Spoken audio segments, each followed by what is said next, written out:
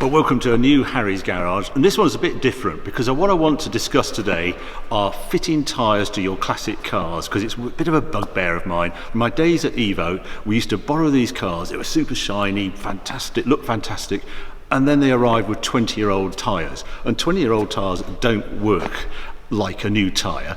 And they're one of those things with classic cars, because you don't really do all the miles, lots of miles, and you never actually wear tyres out, and they'll pass MOTs for years and years, but actually when you drive the car, then you're not actually getting the full experience. So I always try and get all my cars on new-ish tyres.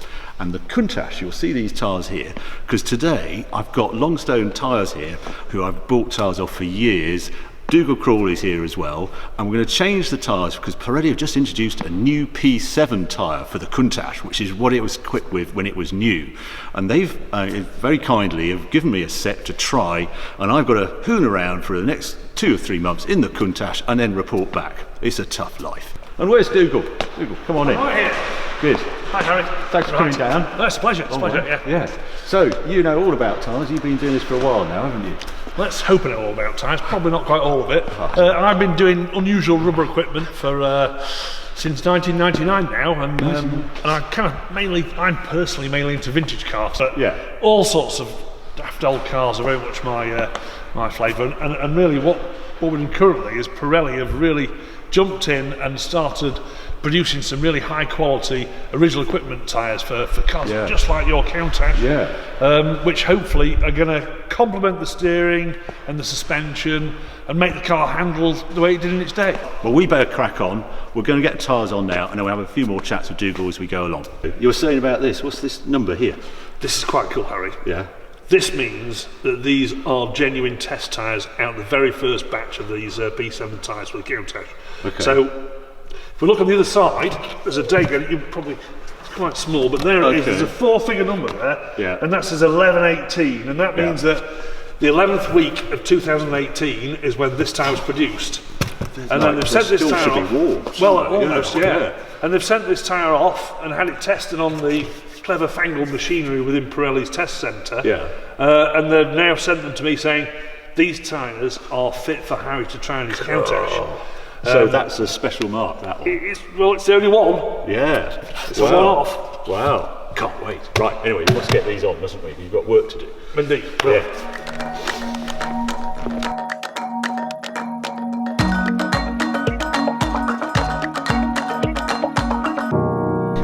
Right, first tyre is off the front. I just want to measure the tread depth.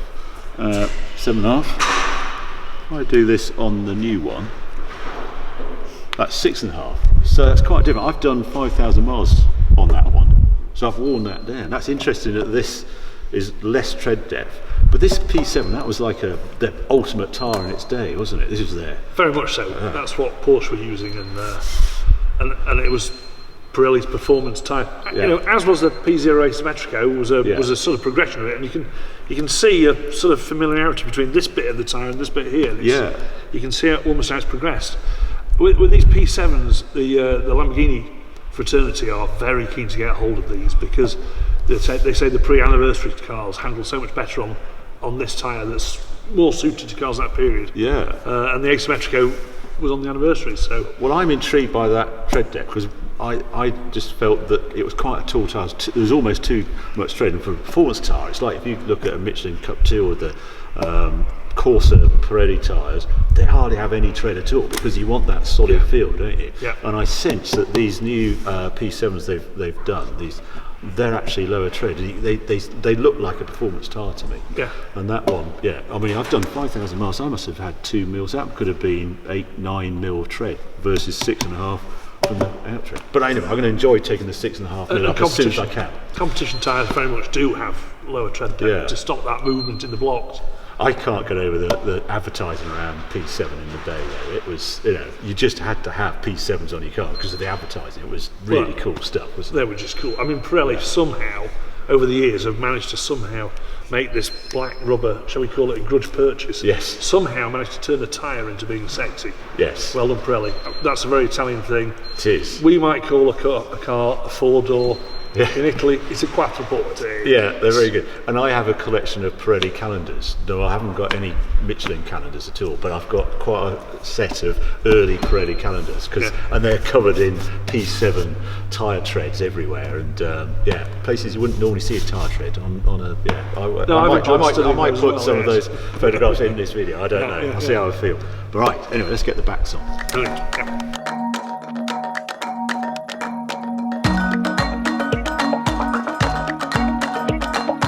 Rears are off now. It's quite a different design, isn't it? This is the early P7 against the later asymmetrical. Yeah, well, I mean, I'm not sure. This area, you're kind of moving towards that, where the tyres are going squarer shoulders to allow the car to put more footprint in contact with the road. So, you know, the width of the footprint is wider relative to the actual width of the section of the tyre. The difference isn't quite so much on these two. It's there, and you can see it. You can see the more rounded shoulders of the P7, but very much more if you go back earlier. So when we look at the Alpha in a minute, we'll get that Alpha Spider out and change those. But that is just showing you that suspension's changing. So cars are starting to get lower and not moving around. They've got thicker anti-roll bars and things like that. They're good for that. I think the interesting example to look at is if you look at a modern Merc, and you park it up with your steering on full lock and stand back and look at the odd angle that the wheel sticks out the front wheel arch. That's because it's got heaps of camber and caster on there to keep that square-shouldered flat footprint flat on the road. And with a more modern car, I'm sure you've got it on the Lambo as well, but as you corner with a more modern car, then it adds in adverse camber, so as the car rolls, it keeps the footprint flat. But on an earlier car where the wheel stays parallel to the side of the car, as you corner hard, the car rolls, and with a more rounded shoulder to your tyre, it rolls round onto that shoulder rather than doing. So if you can imagine, if we rolled this tyre, if we had a car that was leaning heavily on this tyre, when it did that just slightly, it lifts up a large part of the rubber off the road, and you get a dramatic change in the amount of traction you've got. Now I was told that change to add in caster was early cars didn't have as much caster because it loaded up the steering, made the steering that much heavier. So when power steering came in, they could add caster because you didn't have to worry about the effort cornering. That's right, and also power steering's just got cleverer and cleverer. You know, the difference between the early power steering on like my old Jag. And you drive that thing, and it just develops a bit of slop in there, and it was nowhere near as clever as the power steering is on more modern cars with these huge big footprints. Well, it doesn't get bigger than this. I was just saying that the Aventador isn't got as not. They're 335s and these are 345s. Let's go to the top. Those baby tyres. I'm sat on. This tyre here is the front tyre of a Detamato Pantuni. Or Detamato Pantera. That's the one. That's the front tyre of the later wide model. And that's an outrageously wide tyre for the front of a car. Yeah, it is, isn't it? What size is that? 285 40 15. Good heavens. So, again, a new tyre from the P7 range. Let's get these on the Countach and then we'll move over to the Alpha. Have a look at that. Yep, super.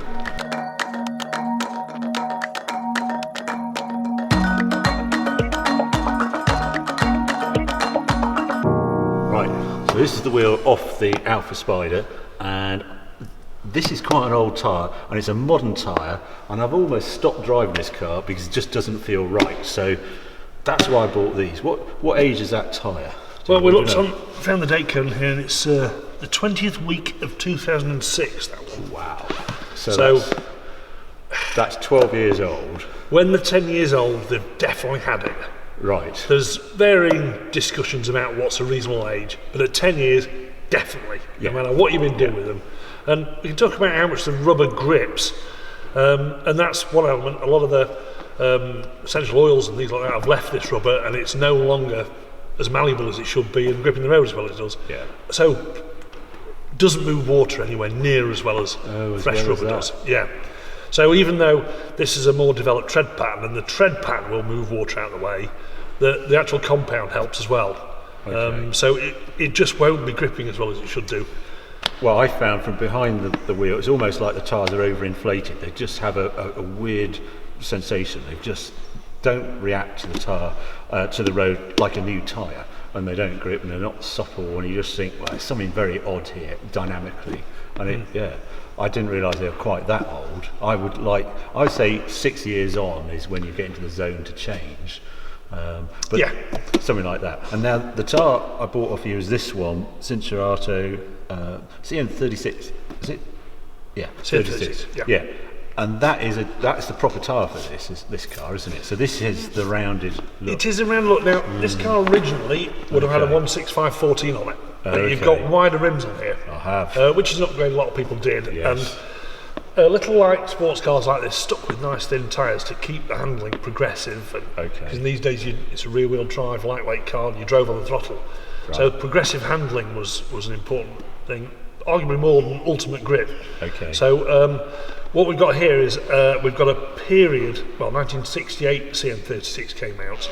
So if you're going to go from a standard 165/15 tyre, 14 tyre, and go slightly wider. Yeah. Having a period tyre that's developed at that time to go with these kind of cars to complement that sort of suspension and geometry.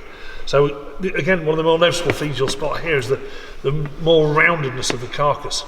Amazing difference. So that really, when you're giving it some welly around the corner and the car rolls a little bit, it'll roll around the shoulder of the tyre rather than picking up the inside edge with a more square and more modern tyre. So handling wise, a CN36 is more suited to this car. There's nothing wrong with this P6000, they were good tyres, but a CN36 suits a chassis of a car from that period. And they look cool. They look much better, don't they? It just looks wrong. It's a cool looking tread pattern, the CN36. I don't know why. You know, Porsche loved the CN36, that was what they used from 68 through the 70s. So they look superb, and it was a tyre that Alfa used on some of their GTVs as well. But it will go very nicely with this car. Okay. So let's get them on. Let's go for it. All right.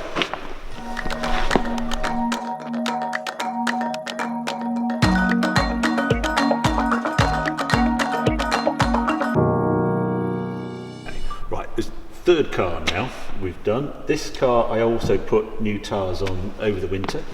I got them from you. These are, well, you tell me, what are they? These are 215/70/15 Cintrato CN12. So initially the Spada came out of full profile tyre.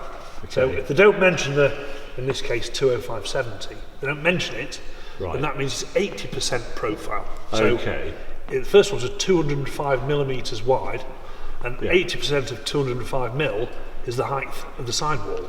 Which gave you, I mean, that is part of the suspension on a tyre like this, isn't it? It's the first line. It's your fuse, if you like.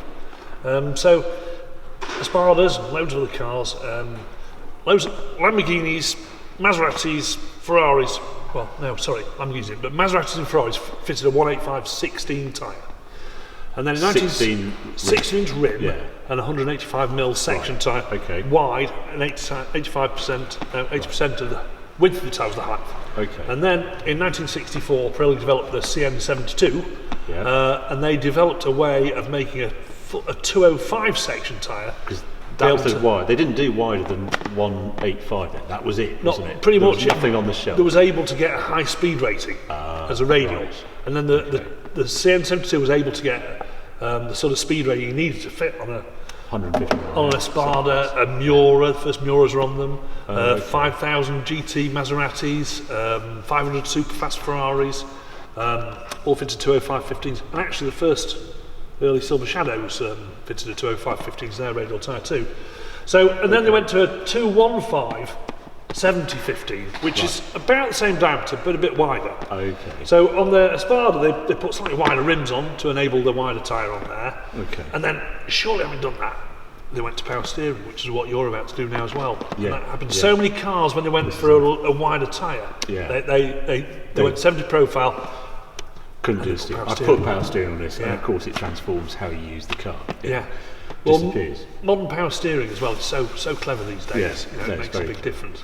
So then, the trouble is, on today's roads, this thing, I'd never have an issue. It bounces around, it hits a pot, and you swear, and the glove box might open up. But you don't get a puncture, and you don't get a bent rib. It just, exactly. It's completely different. All that sidewall height there, does the job. And I talk to people who are doing endurance rallies, and they want to put van tyres and truck tyres in their car. And I say, well, you're better off having a puncture Right. than having the other things that might happen to your car, because your tyre is your first line of defence for your suspension. It takes out all that vibration, and really having a puncture is better than having your suspension collapse, because and all the rest of the car falls apart. Someone else. That's right. And we come all the way around to today. So this is off the Jaguar Project 7, and that's a proper modern tyre, and that's a bit silly. That is the front, and it's what are we, 255, 35, 20. And there's just nothing there. So that's not going to absorb many vibrations. However, it's all about horses for courses. Yeah. So on modern cars with their extremely clever power steering and their really improved suspension things, that they can handle this sort of thing. The ride is a bit rougher on a more modern car with low profile tyres. You do feel those stones. Yeah. But they can handle that, and it suits it. So the right tyre for the right job, really, which is very much what you've got on here. Yeah. And I'm sure that on your XJR is absolutely fantastic. Yeah, well, it would be. This is the other thing about this is another thing. This is a track day tyre in effect. It's purely for circuit. As soon as I come out of the pits and I'm all over the place. And, oh my lord, I have to get temperature into this tyre to work. Yeah. I'm just interested. Do these tyres go off quicker? These sort of Cup 2 special tyres compared to a normal tyre? A racing compound is designed to work in a different environment, so they'll get hot. And they will perform far better, but as they go through heat cycles, the rubber will deteriorate more with age and heat cycles. So if you've got a GT3 RS or anything, I'm trying to think, that comes with these sort of specialist tyres, that rule of 6 to 10 years doesn't work, does it? You've got to chuck them. I wouldn't want to drive in a 10-year-old tyre. So I would suggest it's near 3 to 4 years, especially if you've gone on a track day and you've cooled down, you've gone through several of those heat cycles. These need changing more regularly. It's all relative. They do deteriorate. Yeah. The other thing I'm sat here, the other point I noticed was these thin wiggly lines cutting in those old tyres. They're called sipes. Yeah. And that's an early way of moving water out of the way as well, helping the tyre blocks squidge and move around more to shift the water. Right. But you wouldn't want that on a racing tyre. No. It's disastrous. Well, it's right with winter. Well, look, we could carry on talking about tyres all evening, but we're not going to. I hope you found that useful. Thanks ever so much, Dougal, coming down, talking tyres. And for everyone who's watched it, I hope you enjoyed the video. More videos coming on very soon.